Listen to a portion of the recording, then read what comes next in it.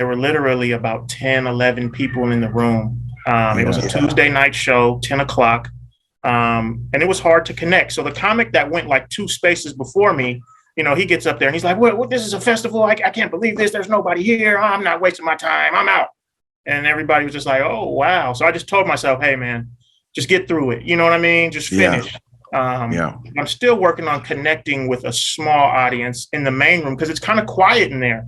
It's a big room, small people. Have you ever been in that situation? No. Anyways, next question. No. Pocket Party.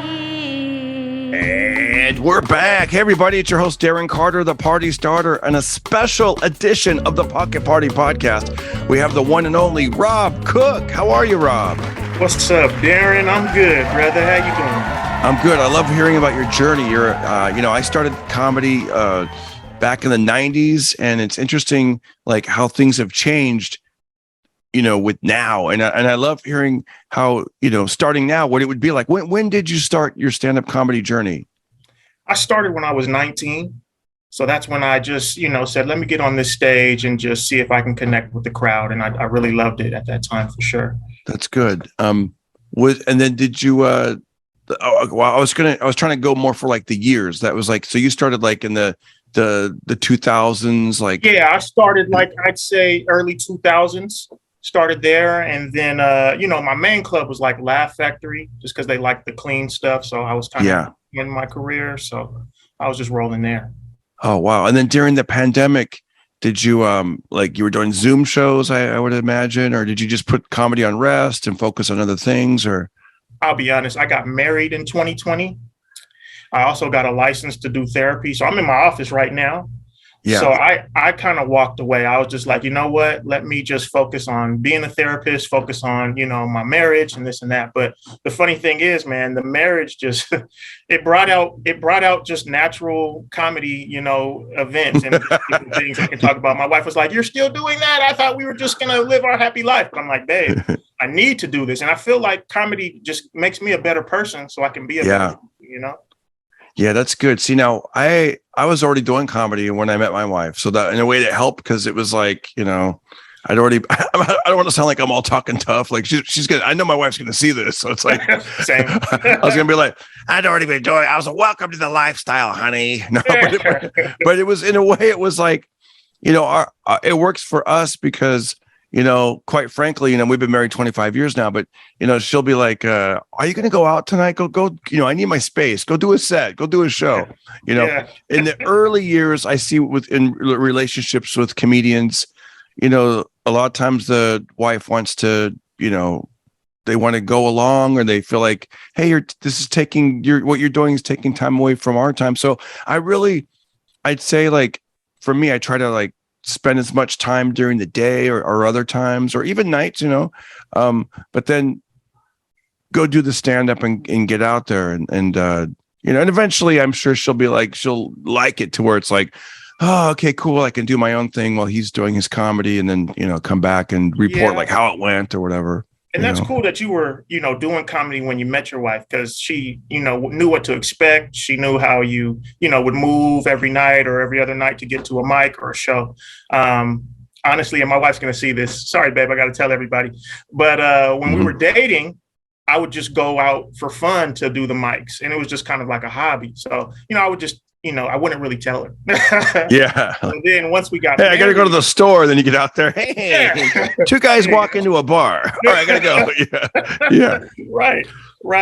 And so then when we got married and 2020 hit, I was done with comedy, but I've just noticed that it gives us an event now that we can get out and go out again. It gives us great to do. And, we need that, especially we've only been married 2 years. So getting married during the pandemic, we were just sitting at home, arguing over dishes, right. This is away today. So I was like, you know what? I need to get back to this comedy. I need to get back to something that, gives me some drive so I can come home and be here for you. That's so cool. And I love it when, I met your wife. You guys are an awesome couple. And I was surprised to see you at the show. You guys, it was a nice surprise, a pleasant surprise. You came and saw me perform in Palm Springs. Yeah. Funny story, that hotel where we saw you at, we had our engagement party at that same hotel. right? Wow. So my mom had all her friends out there. We had some family and friends out there. We brought in 2020. So January 2020 hits, you know, we're shooting confetti, everybody's happy, and we're like, hey, we'll see you guys in a couple months for the ceremony. But then a couple months later, the ceremony canceled because everything got shut down. So when we were going back to that hotel, I was like, babe, this is where we were. She was like, wow, this is a sign. I was like, I told you. And so, yeah, she loved it. Wow, that was cool. That was my first time going to Palm Springs.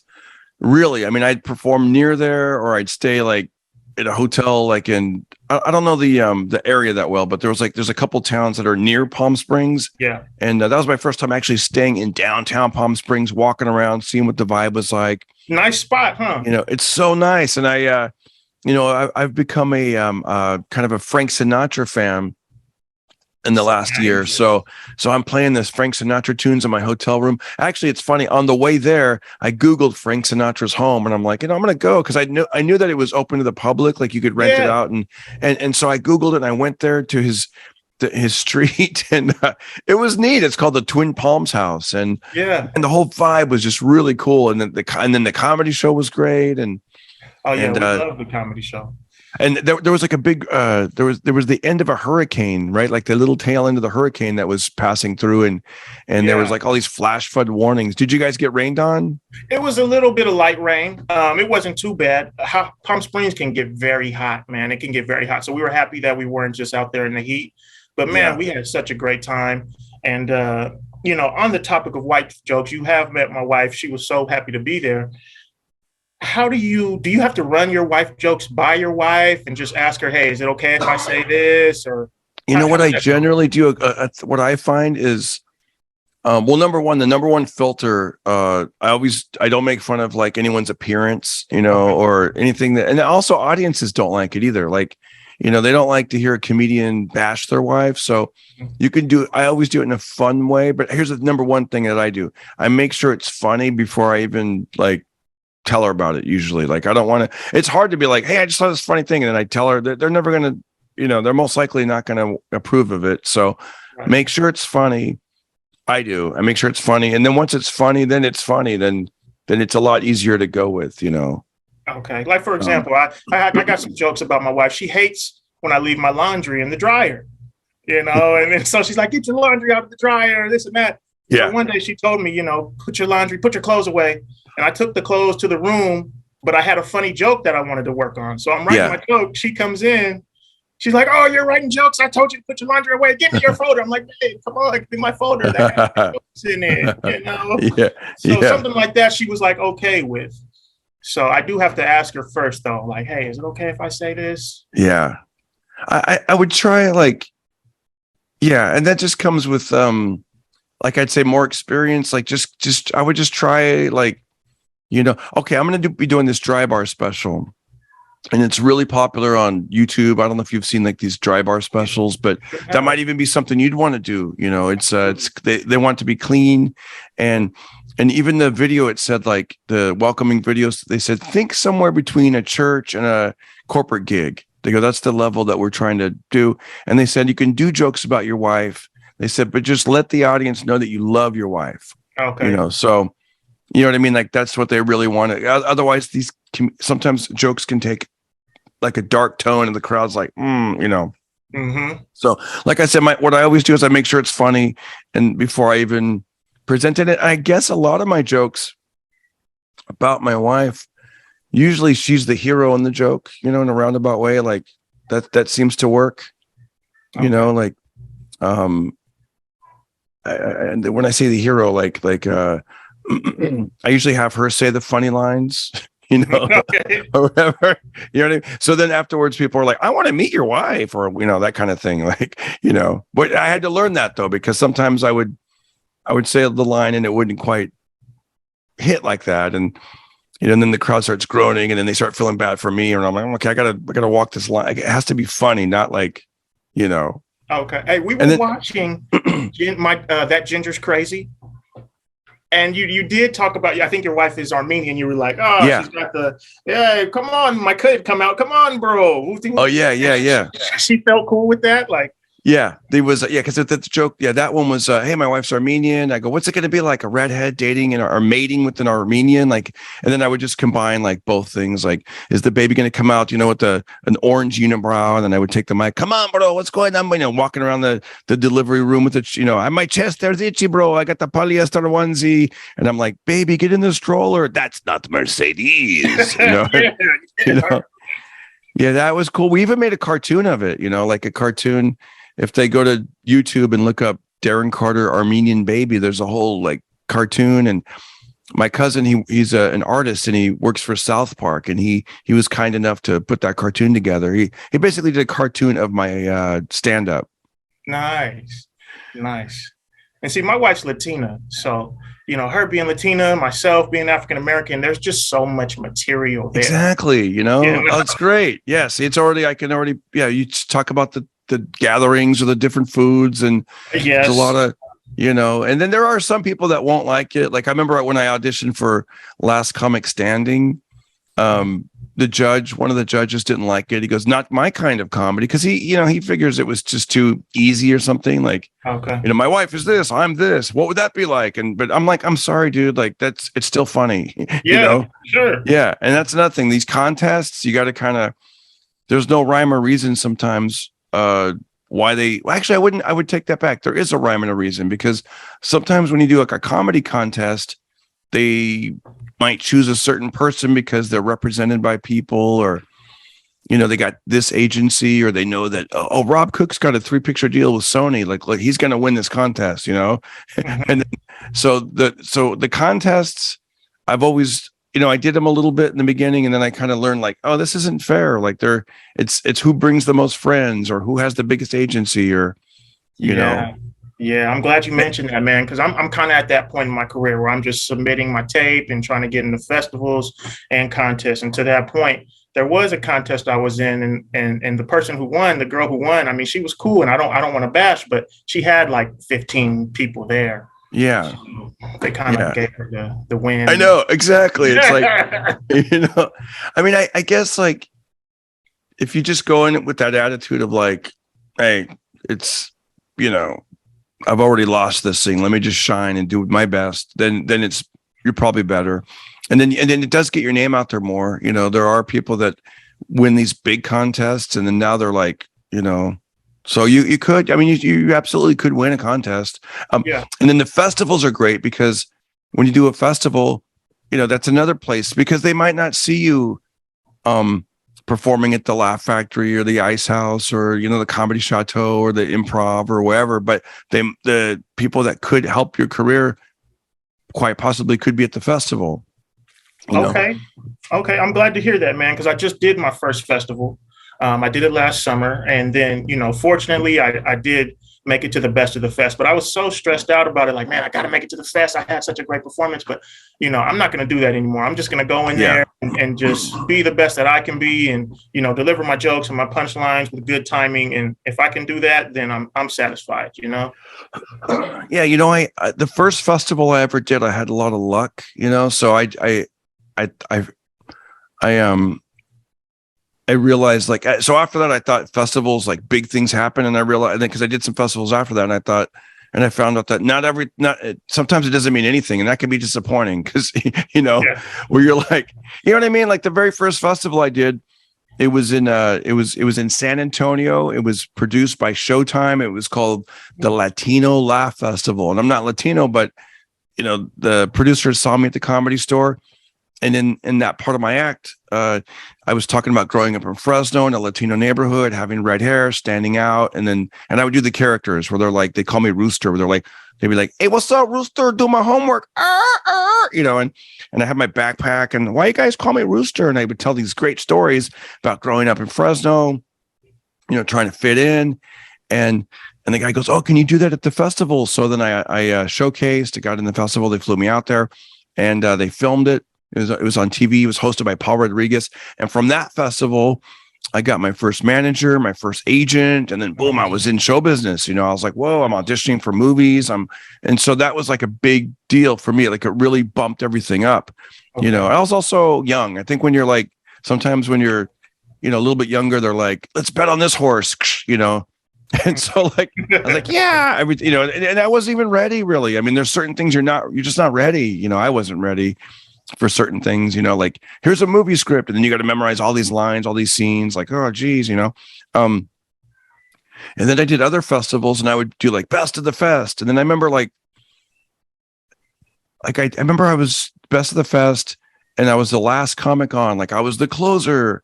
And then I remember seeing like industry like leaving, right? They left. They were leaving like right before my set. Mm-hmm. And I messaged them. One of the guys, I messaged him a couple of days later and I go, hey, it was great seeing you, and I said something and then he admitted that he left. He goes, oh, sorry, man. We had to cut out. We had an early flight, but I know you killed, and you know what I mean? It's kind of like, that happens too, where they've sort of they're like, oh, Rob Cook, he always kills, but it's like, but then you're like, well, help me out, dude. Like, yeah, I want you to see this. I want you to witness it, because you can take that experience and you'll remember me the next time you have a event to book. So so on the plus side, boom, I did the first festival, got TV, got movies, managers, agents, and then the one of the more recent festivals, when that happened, I was like, like I'm not putting all my eggs in one basket of like thinking that a festival is going to help me. For me, where I'm at in my career, I'm like, no, let's do like that dry bar special. Let's do, put clips up on, online, do podcasts, do stand up, things like that. No, that's the right attitude to have, man, for sure. And, I didn't experience it, so it was my first time and I was just banking on it. But, fortunately I got best of the fest, but now I shouldn't have got my hopes up, because if I wouldn't have got it, I'd have been so devastated. So I'm just going to focus on, presenting my set the best I can. Yeah, exactly. Like if you do it again, if you do these festivals, and I'd recommend doing them, they're fun. They're good for bonding with people, and just kind of getting more like into the fabric of like comedy, where it's like, oh yeah, then I mean, there's so many comedians I know that I just know that they're around and we're friends, but I hardly ever even see their set. I think that's how it happens, eventually. You're just like, you just become a name, like, oh, Rob Cook. Yeah, he's good. Right. Yeah. I wanted to ask you, my first show in the festival, it was a Tuesday night, 10 o'clock show in the main room. Right. So in the main room, I'm used to Friday, Saturday shows where the room is full and the laughs are loud and, it's just a great, fun environment. What's up, guys? How you like the show so far? Pretty good, right? Kind of weird that I'm out here in the country with the chair next to me. But anyways, if you like this show and you want to help out, go to CAMEO. I do birthday shout outs, anniversary shout outs, or if you just want to do a donation, go to DarrenCarter.com, PayPal, or Venmo at Darren Carter Comic. Now let's get back to the show. There were literally about 10, 11 people in the room. It was a Tuesday night show, 10 o'clock. And it was hard to connect. So the comic that went like two spaces before me, he gets up there and he's like, well, this is a festival. I can't believe this. There's nobody here. I'm not wasting my time. I'm out. And everybody was just like, oh, wow. So I just told myself, hey, man, just get through it. You know what I mean? Just finish. I'm still working on connecting with a small audience in the main room because it's kind of quiet in there. It's a big room, small people. Have you ever been in that situation? No. Anyways, next question. No. I know, man. You get a full crowd, man. No, I'm kidding. Of course. It's like, I think again, it goes back to that thing that the more shows you do, the more experience you have, the more, they talk about the 10,000 hours. Because eventually, the more you do, you get kind of used to that. And also, what makes it hard is knowing that we put so much weight on our mind of like this is an important thing. This is the best of the fest. I have to do well. And dang it, there's only 8 to 10 people out there. Like that's when it goes south. Okay. So, like I did a show the other night, and I felt really good about it. It was because what I mean by that is a lot of times when there would be a celebrity in the audience or someone I thought could do something good for my career, I would get a little nervous. I put too much emphasis on the show. I'd be like, they're in there. I wonder if they're laughing. What are they thinking right now? Like I couldn't. And the other night I did a show, and Chuck Liddell was in the audience. He's from the UFC. He's the guy with the Mohawk, the Iceman, Chuck Liddell. He's right in the front row. It was we did a show, and it was for the veterans, and he was one of the celebrities that was, that they flew out, and so he was right in the front row. And I just did my show like normal, and I think I included him in the show, like I told a quick story about him, but I wasn't like, like, oh my gosh, like, 'cause sometimes you start like, if this goes really well, maybe he and I can like do tours together, and or whatever. I was just like, nope, I'm just gonna do my thing and be relaxed. The key is just to be relaxed and not put so much weight on these things. Like, and also when it comes to the smaller crowds, like I've learned to perform differently. Like, it sounds funny because I know my style, I'm known as being high energy, but I've also learned that when it's a small crowd, I've learned to like pull the mic away and just really have a conversation, not a presentation. Okay. And I did a show last night, a variety show. It was for it was at a soundstage out in Corona, and it's a TV show, right? And they film it, and there's all these cameras, and it's funded by some people in Europe, and it's big in Spain, and it's big in England. And this show, it's funny because of that TV setting. It's like, I was like, oh yeah, you got the host, you got all the cameramen, you got the soundmen, and then you have their girlfriends and boyfriends are hanging around there. But at the end of the day, I'm doing my thing, and there's probably 25, 30 people there. And if that was a comedy show, I'd be like, small crowd, this is tough.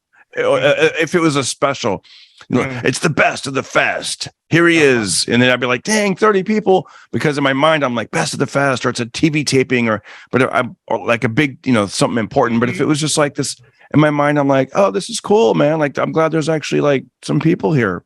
So I think sometimes it's shifting your mindset. And also, like I said, conversation, not a presentation, and learning to, deal with it like that. I'm gonna try. You said you actually pull the microphone away and just, I'm gonna just talk to you guys on key parts, though, not the maybe like on the setups, like on the setups. Like I'd be like, like that story that you said earlier. I might be like, I might pull it down and be like, so my wife and the laundry, you know what I mean, the laundry, and then she comes in the room and she's like, takes my phone. She's like, what are you doing? And I something like that. You know what I mean? Like I kind of, as opposed to like yelling into the microphone, like for 8 people, are you guys ready to start? I mean, yeah. I mean, I can't come out like, hey, get it, turn it up, guys. Let's make some noise in here and cricket. Yeah. So. Or you could make fun of the fact that it's, like in a positive way, like it's a small crowd. Like I never blame them. Like, okay, you people didn't have anything better to do. I don't do that kind of stuff. I sometimes would make jokes like positive jokes, like like, wow, these 8 people sound like 9. You guys are amazing, or things like that, or I would I'd say stuff like I feel like I would sometimes I do this riff. I go, I feel like we were all on a bus on our way to Pachanga Casino, and the bus broke down, and now we're just taking turns using the bus driver's microphones to tell stories until AAA shows up. Okay. I would do a joke like that, and then maybe repeat one of the lines earlier, like from that someone said, and my wife wants me to do laundry, and I'm like, okay, whatever, you know what I mean? Okay. And then so just kind of really connect, and then okay. But the key is like, don't put so much importance on something. And I'll tell you, that happens. I got to do a special years ago. It was another Latino thing. It was called Latin Palooza. Oh, nice. And it was with Willie Barcena, Joey Medina, Mike Robles, Alex Raimundo. A lot of these guys have gone on to huge things. And we filmed it at the Alex Theater in Glendale, and there was like 1,600 people there. Saturday night, 1,600 people. It was packed. There was it was just amazing experience, man. It was like, imagining having like your best set that you've ever had, and it's being filmed, multi-cameras. There's a guy on stage with you. Like when I did my Snoop Dogg, wow, yeah. I did this one thing where I go, ooh, wait, and I act like I'm passing this thing, and then he put the camera right to me, and I went da da da da da. Ooh, wait, oh, no. I mean, it looked so. The thing was just phenomenal. Cut to when I did that Ginger's Crazy, that special that you guys saw. That was filmed on a Wednesday night in North Hollywood, and it rained, Wow, So it it was was a a good rainy night. crowd too. I mean, it looked like a packed house. It was, yeah, and there was only 100 people there. So it was like Wow. compared to like the 1,600 that were like excited. This was Mhm. like 100 people, about 100 people on a Wednesday, and it rained. Mhm. And I'll tell you another behind the scenes thing with that one. Their budget was, we're going to film 4 comics, and the audience is going to be the same audience for 4 comics. And so they kept telling the audience to remain seated. They'd be like, please welcome Kira Sultanovich, and she'd come out, standing ovation, yay! And then she'd walk off after her half hour. All right, please remain seated. Places ready. Welcome, Joey Medina. And now like a third of the crowd stands up because now they have to pee. They're sitting there. And then I was the third comic, Darren Carter. Like nobody really stood up, but then I gave the energy. And like you said, the guy goes, I'm going to zoom in and crop, and it's going to look like a sold out packed crowd. And he was right. And then really somebody had to follow me. There was like a 4th guy. And by that guy, I think the crowd had like hardly any energy for him. And not that he wasn't funny. It's just the gamble of like, Yeah. Yeah. No, that was a great set. I didn't even know that there was only a small crowd, because when we were watching it, it looked like a packed house. It sounded like a packed house. Yeah. The material was delivered well. And my wife, like I said, she's Latina. Her cousins love you, bro. Like they know the gangland. Oh yeah. That's all they talk. They're like, can you get Garrett on the show so we can hear the gangland? And I mean, they love gangland. So, you know what's funny is there's like this clip going around of this sheriff where he's like, Darren Carter, we're coming for you, holding your gun sideways. Have you seen that clip? I don't know if you saw it, but I saw what you did with that. Yeah, and so I did that with that because, and just that guy's name is out there in the atmosphere now, the ether. And so people are Googling Darren Carter, and they're coming across, and especially one of my bits is called Darren Carter Gangland. So those videos are like skyrocketing, and I'm getting more subscribers on YouTube and stuff. So that's another thing I'd give you is eventually, or maybe even now, like keep putting stuff out there on the internet that you never know what's going to pop off, what people are going to see, and what's going to get you some more attention. And I always try to be mindful of what I'm putting out there too. It's hard sometimes because you can't predict the future. Like, you don't want to, you might do something now. Like there's some jokes and bits that I did 15 years ago that now people might be like, oh, I don't know. It's just the way things change, but you just got to know in your heart, be funny and go for it. And it's probably a little bit better that you do work clean. I think that'll probably stand the test of time a little bit more than if you were like super dirty or whatever. Okay. Speaking of your old stuff, man, my brothers wanted me to ask you. Me and my brothers, we saw you when you premiered on the Tonight Show, right? And you did a little bit of Scooby Doo. And we were just kids, but we were like, man, that's the best Scooby Doo I've ever heard. Like, Scooby, you still working on Scoob, or do you feel like the crowd or the audience may not even know who Scooby is, or? I'll still throw out those little jokes out there, little voices, little things every now and then. And I think what it is, it's like, like an entire audience might not know a reference, but if you can connect with even a small group, even for that one joke, they'll be yours for the rest of the night. Okay. Like if you say a certain boom, it's like, oh, he knows. Yeah. So it's like, because I got some Ninja Turtle material, right? But I'm just like, okay, how many people here know, the Ninja Turtles? So that's something that I'm like, okay. And sometimes it really connects hard, and sometimes they're like, Ninja Turtles. Right. Yeah. That's what I'm saying. And I think, my advice on that would do it in small doses. Like, don't stay on the topic. Like, if I go too deep into like Little House on the Prairie or some topic of like a show that I grew up watching, it'd be good for a little bit, but then. Yeah, like I knew a comic that was just doing like way too long on a whole movie series, like Lord of the Rings or whatever, and a lot of that audience probably wasn't familiar. So it was like, and then they wonder why they don't do that well. So but a little bit of Ninja Turtles is good. Okay. Even I've never seen the movies, and I can already tell you that there were ninjas, there were turtles, they like pizza. Pizza made them stronger. See, I kind of didn't know that, but I'm learning. See, you can almost educate the crowd, and pizza made, like for the people that don't know the show or whatever, if you find something funny, I do believe you can convey to an audience that it's funny, Okay. For sure. We're running a little bit out of time. I got one more big one to get Yeah. from you. Moving up in the big clubs, the big three: Improv, Laugh Factory, Comedy Store. Can you just talk about some of your experience moving through some people have asked me, do I attack all of them at once? Do I do, just focus on improv till I get past there? And then, what was your experience? And where I'd say focus on all of them. That way it's not so brokenhearted when like, oh, I'm just been banging on the door of the whatever. And then there's a new booker. And then, oh man, I got to start all over again. So, but if you're like, I remember I asked this guy when I got passed at the Laugh Factory and the Comedy Store. I said, what if I put my avails in and they both want me for the same night? And he goes, that's a good problem to have. And I realized that very rarely happens, like unless you're like a big star. And then when you're a big star, they'll move it around. They'll be like Craig Robinson. All the time. Craig Robinson will be on stage. And then he'll phone will go off. He's like, oh, I got to be at my next show. They'll be calling. Are you on your way? Do you want us to put up 3 more comics? I mean, so I'd say go for all of them.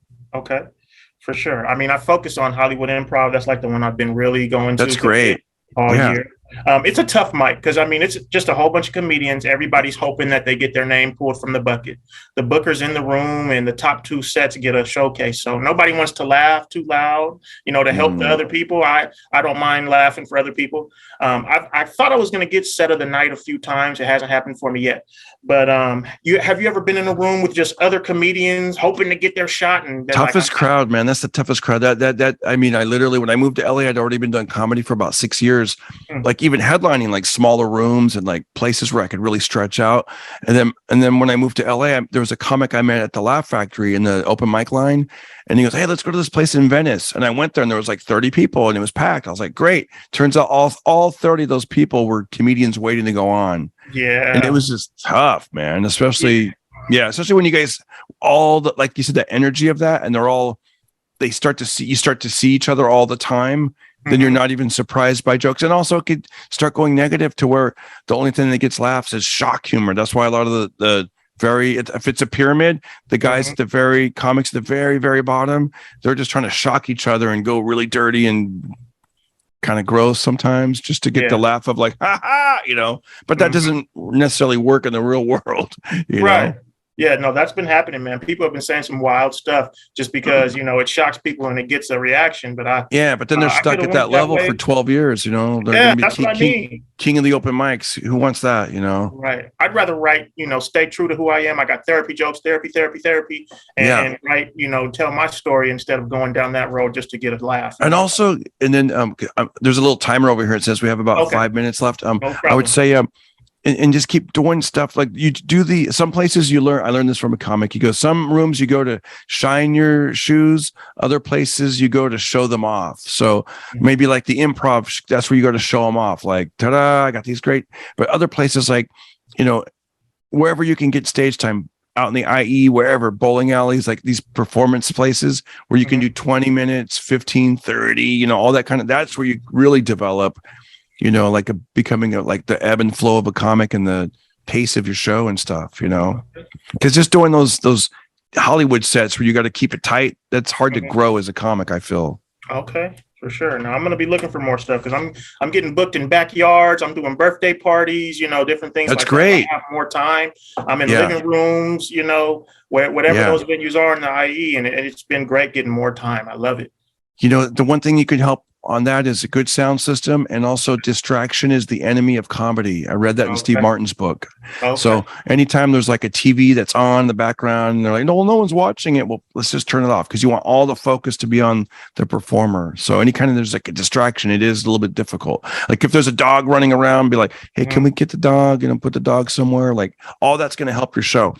Whenever there's people playing pool in the comedy room, sometimes we used to take the cue ball and kind of hide it till after the show, because you don't want people playing pool. Clack, you want people focused on your show.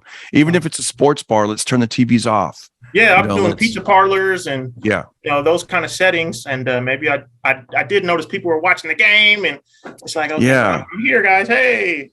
Yeah, and then also sometimes when there's nothing you can do, and so I just figure, let me focus on the 30 that are watching, and the other 50, if they're watching the game, they're watching the game. That's and that's where I learned to get better. Like I said pulling the mic down, bringing it back up, changing my pace. Even sometimes just with boxing, how they talk about changing levels. I noticed even with stand-up, like sometimes I'll be standing talking and then I'll do certain jokes where I crouch down and then I'll just start doing stand-up from down there. And it's weird how the energy changes and they actually start watching. Even I'm kind of crouched down squatting down on the floor for about a minute and then I'll stand up. It's just amazing. The longer you do this, the more little discoveries you have. Okay. Awesome, man. Rob, you're great. Thanks for coming back on. Tell people where we could find you. Man, you can find me on Instagram, Rob Cook Comedy. I'll post the shows that I'm performing at. You'll see me at the Comedy Chateau on Saturday, October 8th. We got some big headliners that are going to be on that lineup too. So just looking forward to sharing my story, making people laugh. That's right. And we talked about you're going to be producing a show, hopefully at the out in Ontario, and I'm down to do it. And we'll promote the heck out of it. And we'll see what happens. That way people can really see both of us like stretch out, do some time, and that'd be awesome. I'll have my wife's family there, the Latino community's coming out, my family there, the African American community's coming out. That's awesome. Mixed crowd, a lot of laughs. I love it. That's one of my favorite improvs because of that. It's like, man, you can just go for it. You know what I mean? Yes. I love it. Best audiences. This comedian one time described the audience as like, he goes, yeah, the parking lot, a lot of the cars are either really low to the ground or like super jacked up trucks. Yeah, that's the IE. Yeah, they know how to get down and party, man. Hey, Rob, thank you so much for taking a small part of your day, talking with us on the Pocket Party podcast, and check back in a couple of months and give us some updates of what's happening. Sounds good, brother. Thank you for having me. You're goodbye, and give your beautiful wife a nice hug, and tell her you're doing the right. I'm so proud that you got having a relationship in comedy is the best because it's someone that can support your highs, your lows, someone to share your victories, and it's great, man. It's way better than being like in my opinion, being like the single comedian. It's just like, that's going to keep you focused. You know what I mean? Like. Yeah, it's great. It's great. And you guys make a great couple, and congratulations. And I hope to see you both soon. Thank you, Rob. Thank you, Darren. You got it. Pocket Party. Yeah. When I'm down and feeling low with so much negativity, I listen to Darren got his Pocket Party. He got his friends as guests and they be really funny. It ain't over till he say, boy, don't hurt nobody. Yeah. They run, run, run.